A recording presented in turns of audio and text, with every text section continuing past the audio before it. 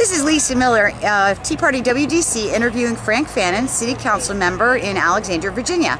Frank, how was this year? Good, Lisa. Thanks so much for coming on out to the beautiful ball game here at the Aces opening night here in Alexandria. And just to follow up on your question a few minutes ago about the city budget here in Alexandria, we had one controversial topic this year, which was a commercial add-on tax.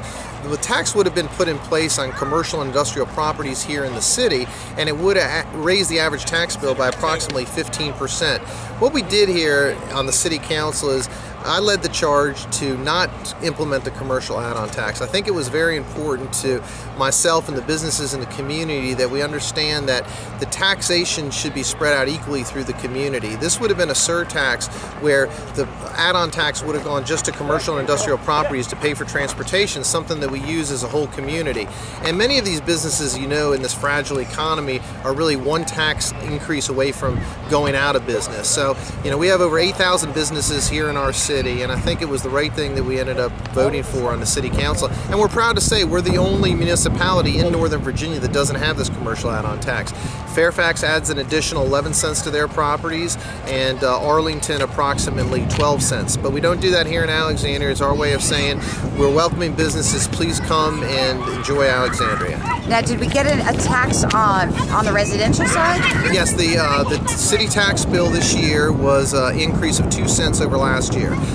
So there was a 2 cent increase this year, and when we put the budget together, you have to do a lot of give and take. No one wants to raise a tax increase on the residential properties, but to avoid the commercial add-on tax, that was part of the give and take that we did in it. And there were a couple things in the budget this year that I wasn't a big advocate for. We did raises this year for city employees, even in this challenging economy. I think the private sector hasn't had increases in quite a few years, and I think it needs to be shared and passed around with the public workers. But we're going to work together, and as we start preparing for the budget for FY 2013, there's a lot of things on the table that we're going to have to take a look at. Now you added a lot of housing, didn't we? I mean, we've been building a lot. Yeah, Alexandria, right now there's 43,000 parcels of real estate here in Alexandria City.